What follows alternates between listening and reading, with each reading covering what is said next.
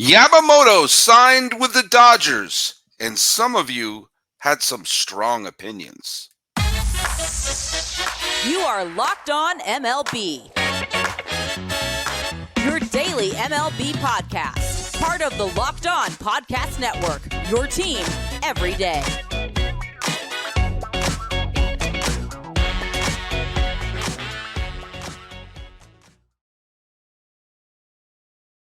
Fans, welcome to Locked On MLB, part of the Locked On Podcast Network, where it's your team every day. This is the daily podcast where we talk about all of Major League Baseball. I am your host, Paul Francis Sullivan. Please call me Sully. You know who I am. Do I need to introduce myself? Do I need to tell you anything about my background? Well, I'm not going to. Evidently, me just sort of introducing myself and having my little thing that I say at the top for new listeners and everything like that who wonder, who the hell is this guy? Apparently, some of you think I'm bragging. But as a former Time Magazine Person of the Year, co-Person of the Year, I understand we have to be a little more humble. But this is now it's already screwed up my rhythm. It's already screwed up my rhythm. And do you know what? You would think as an Emmy-nominated television producer, I would be able to get through that.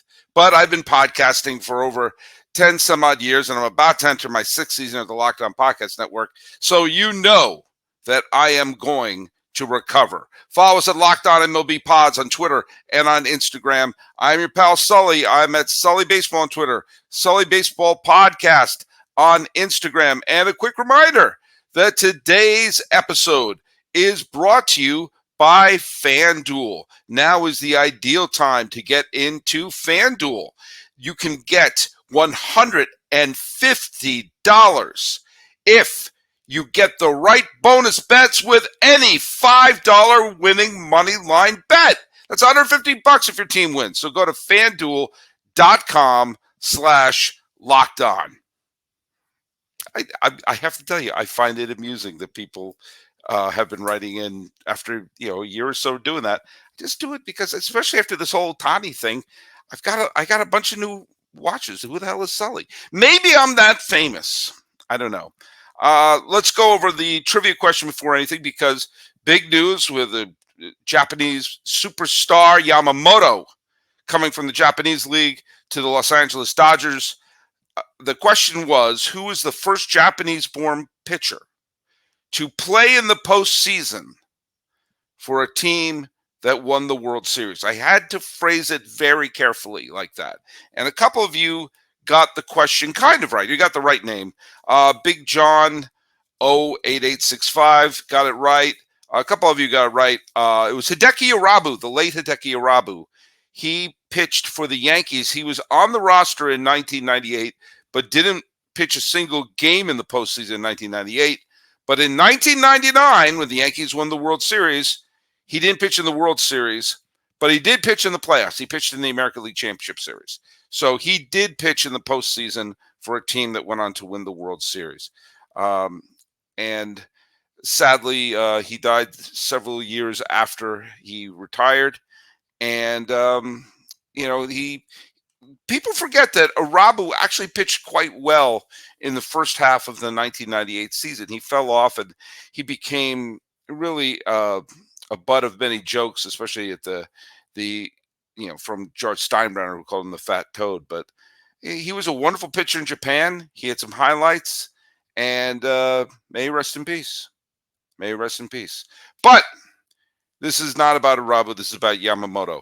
And a lot of people have been writing in regarding this, and so I've printed out a lot of my favorite responses that I got on both in the YouTube comments and at Sully Baseball on Twitter and Locked On MLB Pods on Twitter.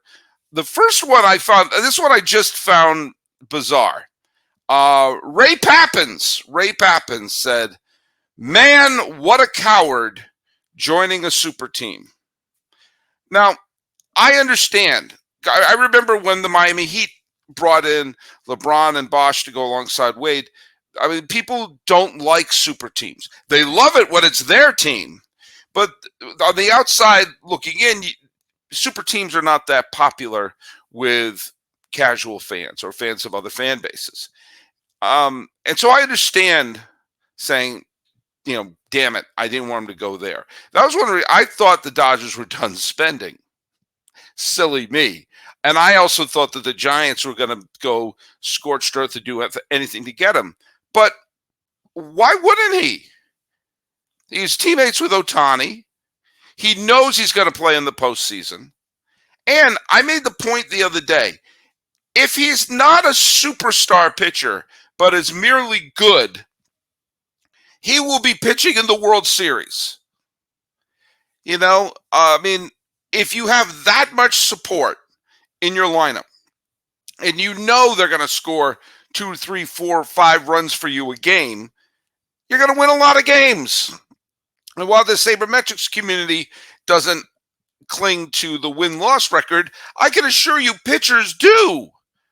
They like winning games. And they say, why wouldn't I go anywhere else? What other team would he want to go to? Could he go to the Rangers? They're not going to sign him for that deal.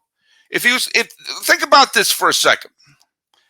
It seemed at the end, the 3 main choices after San Francisco fell out of the race, fell out of the bidding war. He would either go to New York or he'd go to LA. In New York with the Yankees, yes, he would be side by side with Garrett Cole and Aaron Judge and Soto. But the Yankees were barely above 500 last year. They were in the ALCS the previous year. The Yankees are probably going to be a playoff contender, but I don't think they're the best team in the American League. And even if you put in Yamamoto, I'm sorry, I see them going to, mid-90s, and they'll probably be enough to get them in the playoff spot. But there's also the spotlight of being in New York. If you got to make us, you have to bring us back to the promised land for the first time since Jeter and Posada and Rivera and Pettit were in uniform, and A-Rod. Lest we forgot, A-Rod was amazing in 2009, that postseason. If he goes to the Mets are a mid-rebuild. Or he could go to the Dodgers, who are already a 100-win team before they added Shohei Ohtani. Why is that being a coward? Why does he have to go like, oh, man, well, do you know what? Looks like I'm going to sign with the Pirates. The mounting pressure, yes, you could say he could have met the challenge of going to New York. But that challenge can be met with intense scrutiny. If you don't make it, if you fall short of expectations in New York, hell, people were talking about A-Rod as if he didn't meet expectations when in New York. The greatest third baseman in Yankee history, who put the team on his back and carried them to the 2009 World Series title, winning 2 MVPs along the way in years where they made the postseason by the thinnest of margins. He was vilified by fans in New York. Not everyone, but a lot of them. And he's looking at him going like, I'm going to go there? Or I could go to Los Angeles, where at best, I'm going to be the 4th biggest star here.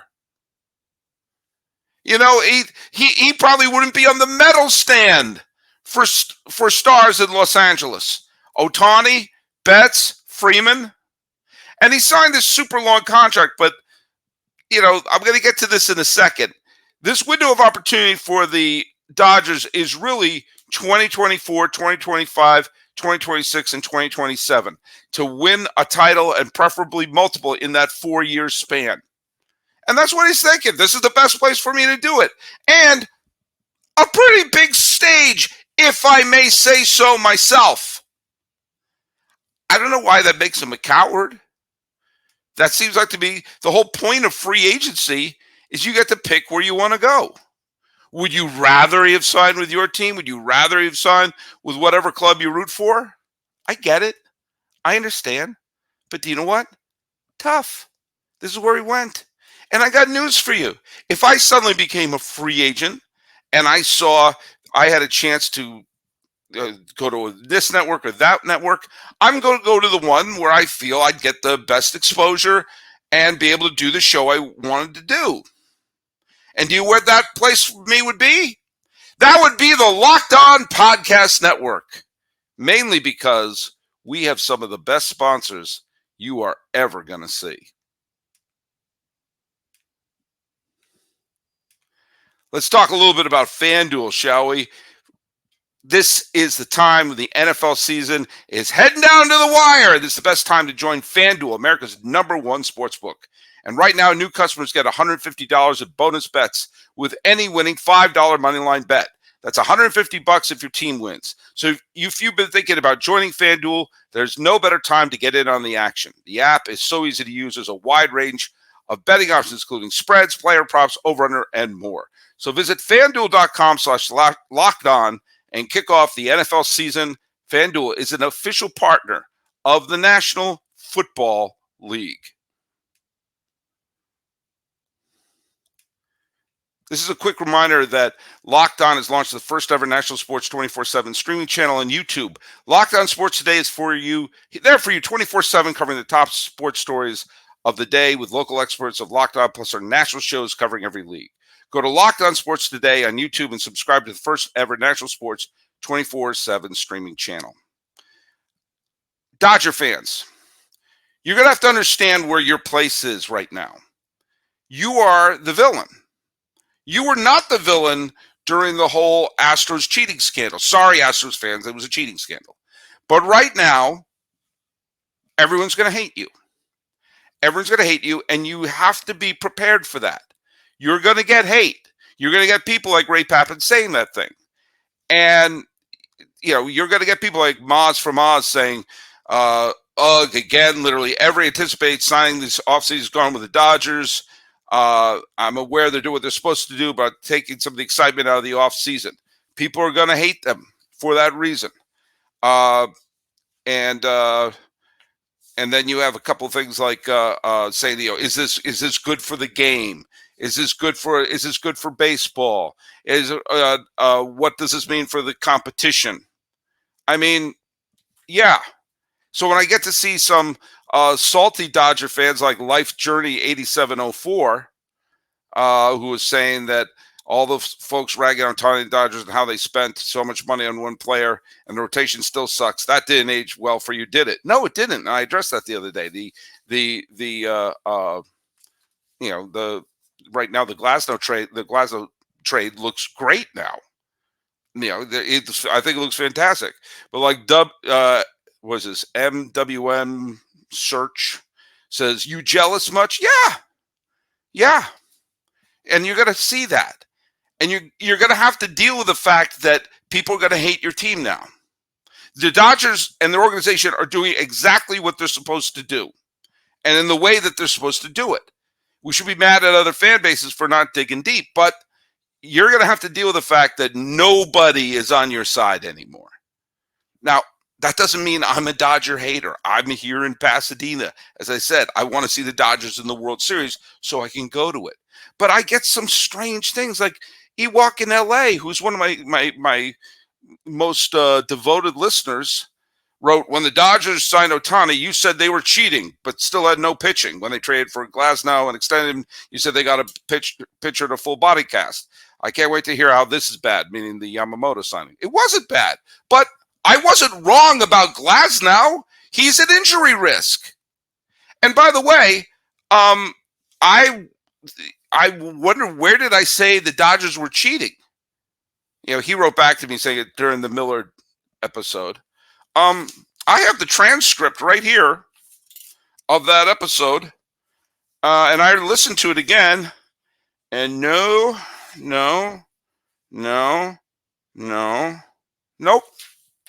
Never said they were cheating.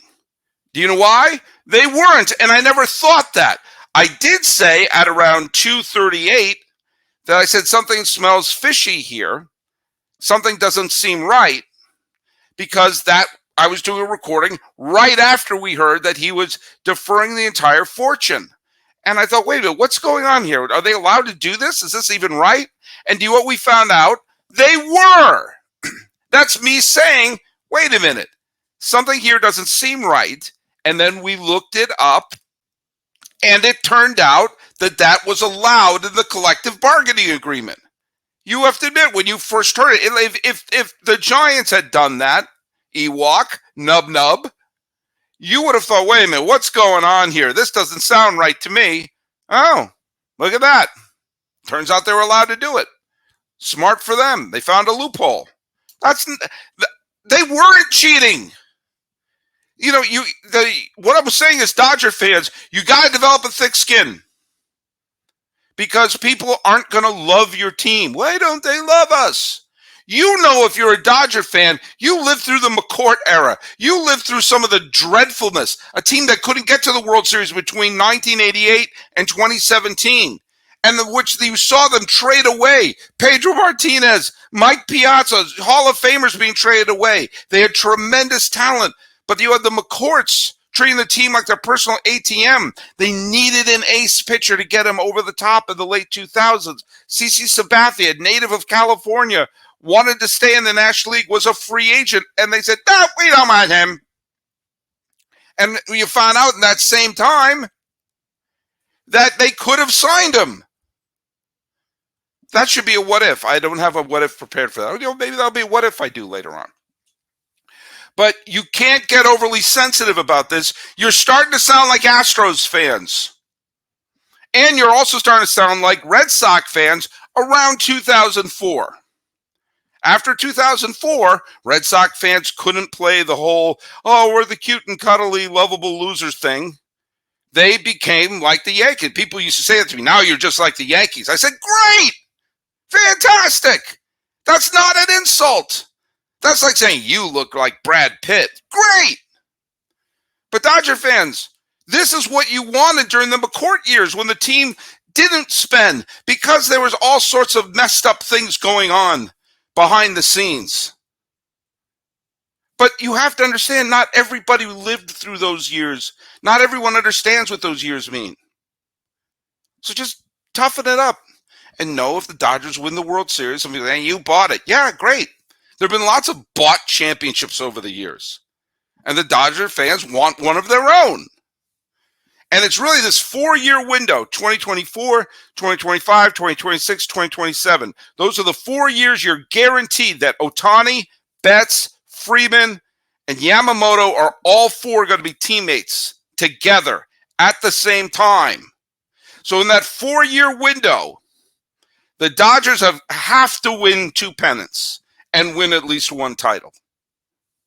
They have to be in the World Series twice and win at least 1 in that window. And I think they will. And I'll probably be at one of the games. And I'll be happy for them. And someone will accuse me of hating the Dodgers. You know, Snell is the next big target that's out there. I think the Giants and the Angels are rumored to go after them. For the Dodgers say, why not? Bring in Snell too. I bet he's going to go to the Giants, which means automatically he's going to the Yankees. Why? Because I've been wrong about everything. Remember, Locked On has launched the first ever national sports 24/7 streaming channel on YouTube. Locked On Sports Today is there for you 24/7, covering the top sports stories of the day with local experts of Locked On, plus the national shows covering every league. Go to Locked On Sports Today on YouTube and subscribe to the first ever national sports 24/7 streaming channel. If I had planned this better, I would have had the what if the Dodgers had signed CC Sabathia, but that actually just occurred to me while I was talking. It is Friday, and I do like to do some of my what ifs. And this is a what if I actually talked about several years ago, but before I was doing the podcast, when I just was writing the blog.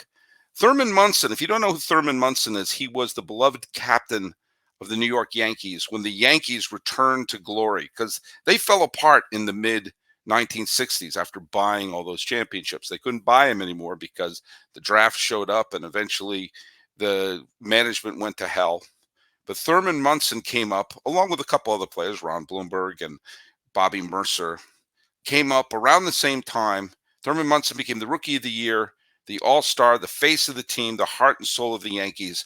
And when the team finally turned around in the remodeled stadium that was paid for by George Steinbrenner, the new owner of the Yankees, it was Munson who was the MVP when they went back to the World Series in 1976, their first trip to the World Series since 1964. And he had a brilliant World Series although the Yankees got pounded by Cincinnati.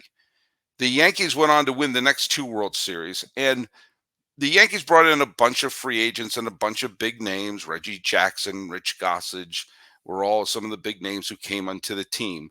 But Munson was the captain, the heart and soul of the team. Reggie may have been the straw that stirred the drink, but Munson was the heartbeat of the team. And he was prickly. He was a little rougher on the edges, and he scrapped with Reggie, and there seemed to be are you a Munson guy, or are you a Jackson guy?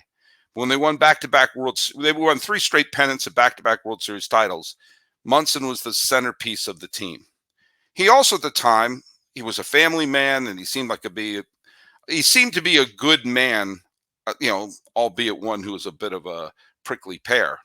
And he was taking flying lessons. He was flying his plane because he wanted to spend more time with his family in Ohio. And he wanted to be able to fly from New York to Ohio with a plane on off days and everything like that. Well, in 1979, during an off day in a flying lesson, Munson's plane crashed in the runway, and he died. Now, the Yankees had a dramatic victory the day of his memorial, where his best friend Bobby Mercer got a walk-off hit in the bottom of the ninth. But the Yankees fell apart in 79, and while they made the playoffs in 80 and 81, something was missing. The team didn't get back to the postseason until 1995. And the effect of Munson's death just hung over the team for a generation. In fact, anyone around my age or a little bit older who was a Yankee fan, Munson was their guy, to the point that to this day, when his widow, Diane Munson, appears at Yankee Stadium, she gets a gigantic standing ovation. Munson's number was retired and his locker stayed untouched until the demolition of Yankee Stadium after the 2008 season. Well, I often wondered what would have happened if Thurman had lived. What would have happened in his career and his legacy? For people like me, I was 7 years old. The rule of 7 is that's when you start having your first concrete baseball memories. And I remember Munson's death. I was 7 years old, and Munson was a Yankee. While I was a Red Sox fan, he was one of those players you just respected, even as a 7-year-old. And in the suburbs of Boston that night, I cried that night when Thurman Munson died. It didn't seem right. It didn't seem right at all. Now, if he had lived, what would have happened? How would his legacy be different? Well, the thought process that a lot of people seem to have is that he would have stayed a Yankee for his whole career, and he would have probably have been the steadying force of the Yankees through the tumultuous 80s, where they were talented but not good enough to win the division. But that doesn't really address the fact that there were some signs that he wasn't really happy with New York towards the end. Even when you see the celebration, the locker room celebration, in the wake of the 1977 World Series championship, he was asked by Bill White, an ABC reporter, do you think he's going to come back, or does he want to be traded to Cleveland? And he avoided the question. He wanted to go back and play in Ohio. And he probably, when his contract was up, he probably would have gone to free agency. Now, before you say, oh, that's sacrilegious to think that Munson could play for anyone else but the Yankees, remember what peak Steinbrenner was during the 80s. He was already starting to break apart that championship team in 1979. Sparky Lyle, the Cy Young Award winner of 1977, was gone. All-Stars Mickey River and Chris Chambliss, Ed Figueroa were gone. Dick Tidrow, Paul Blair were traded away. Catfish Hunter was retired. Billy Martin kept getting hired and fired and hired and fired. And eventually Reggie had enough. He went to Anaheim in 1982. Nettles and Gossage weren't far behind.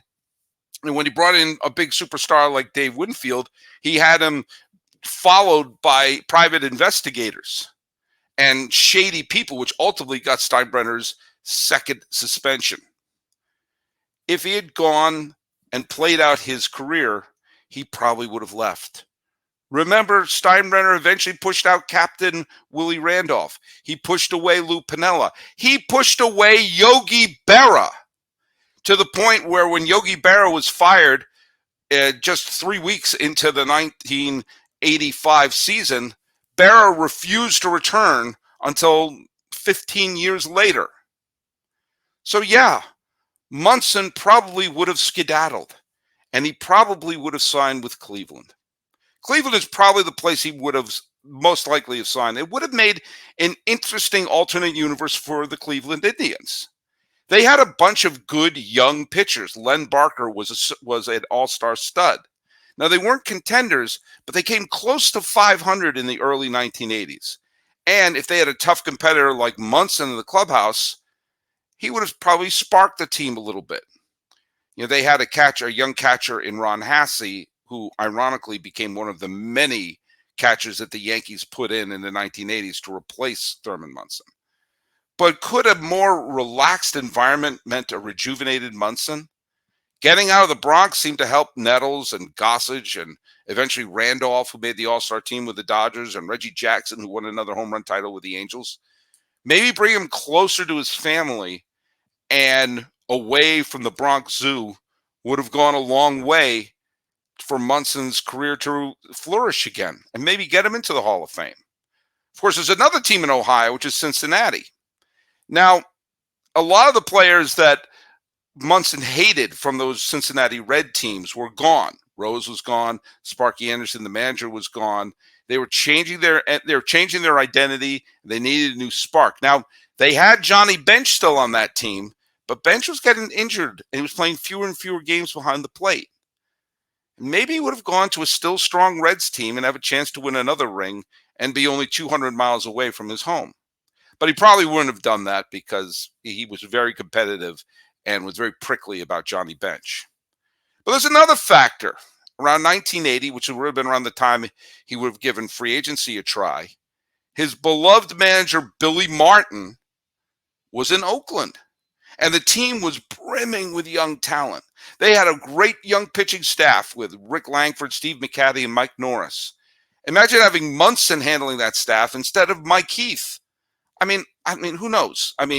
Mike Heath wasn't a bad catcher, but come on.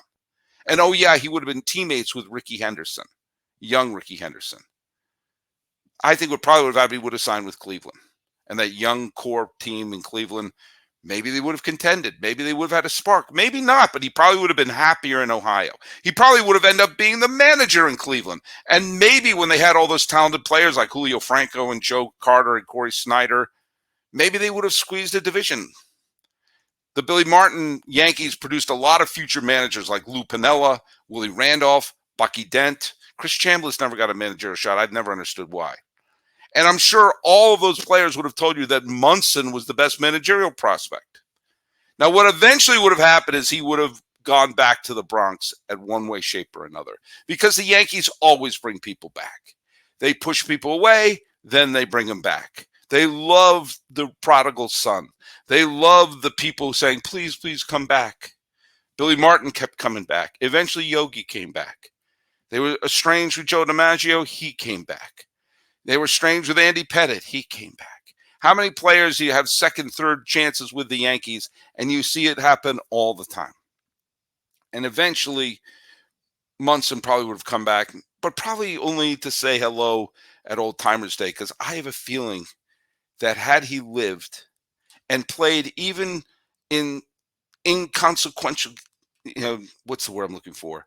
Non-contending teams with Cleveland, he would have been happier saying, hey, I've won my championships. I won my MVP. I'm now going to have my millions of dollars and live close to home, which he was literally learning how to fly to have that kind of a lifestyle. I'll tell you the other thing, if he had continued playing, continued to put up some all-star numbers, even in Cleveland, he'd be in the Hall of Fame right now. You could make the argument that he should be in the Hall of Fame now. He would have had a reunion with the Yankees, but he would have left. And if you think that's sacrilege, how is that more sacrilege than Yogi Berra wearing a Houston Astros uniform at the end of the 1980s? So that's my what if for the day. And those are my shows for the week. I want everyone to have a wonderful weekend. Have whatever you celebrate, whatever holiday you celebrate. I hope it's a wonderful thing. And Dodger fans, love those presents you got under the tree. And don't be mad if your neighbors say, hey, I wanted that You got it. Now develop some thick skin. So go to Locked On MLB Pods on Twitter and Instagram. I'm your pal Sully. I'm at Sully Baseball on Twitter, Sully Baseball Podcast on Instagram. Telling Dodger fans, you're the bad guys. Embrace it. And wondering what would have happened if Thurman Munson had lived. This has been Locked On MLB for the 22nd day of December 2023. Hey, it's already dark out. And you can call me Sully.